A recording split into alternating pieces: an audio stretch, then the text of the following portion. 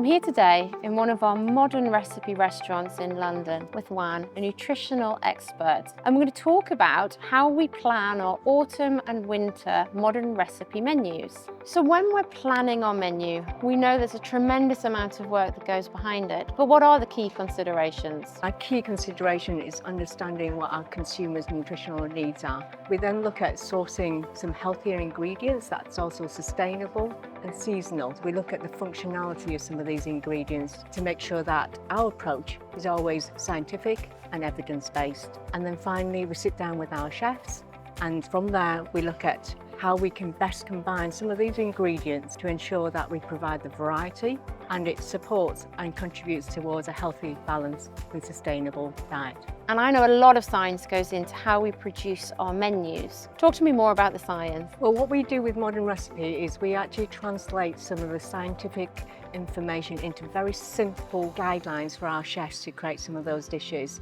So that could be, for example, we may stipulate certain weights or portion sizes of certain nutrients, and from there we can then make some nutritional claims against these dishes. So an example is, we might say something is a source of protein, or the dish might be low in salt, sugar and fat. And Modern Recipe, most of the dishes actually uses healthier cooking practices, so grilled, boiled, poached, steamed. So we've got a dish here which is a pollock with soya bean based broth. It's been served with jasmine rice and with kimchi cabbage. Now this particular dish is considered balanced, but it's also a good source of protein. It also contributes towards 1 of your 5 a day, and it's also low in fat and low in saturated fat. So as the seasons change, our requirements and nutritional needs change. Well, during the colder months, our nutritional requirements may change slightly. Let's have a look at vitamin D as an example. So when winter comes, we have the challenge of trying to achieve and maintain the vitamin D levels. So we'll advise a chef to make sure that they have things like eggs, your oily fish like your mackerels, your salmons. They all have good sources of vitamin D. One of the things I really love about autumn and winter is enjoying a great big Sunday roast. But afterwards I feel sluggish.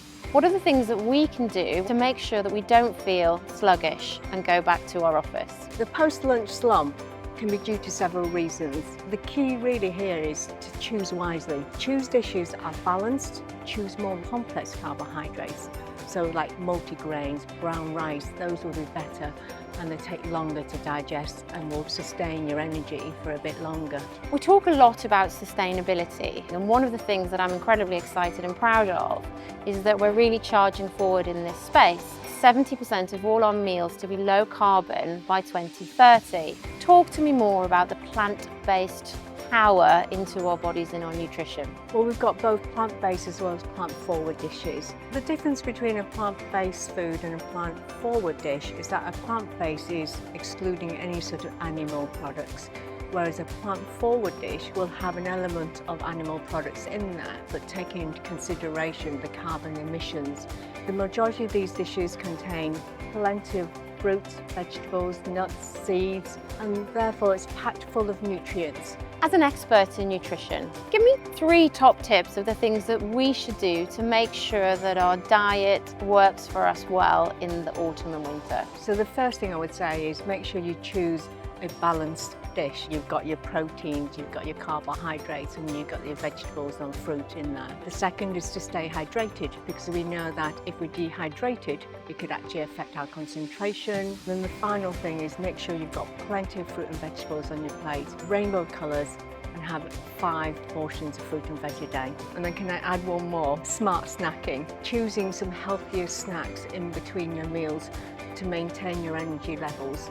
Fruits, vegetables, something that's low in fat, something that will sustain you for a little bit longer. Can't wait to try some of the dishes. I've really enjoyed talking about how we've developed our autumn and winter menus. You're more than welcome. It's lovely to see you.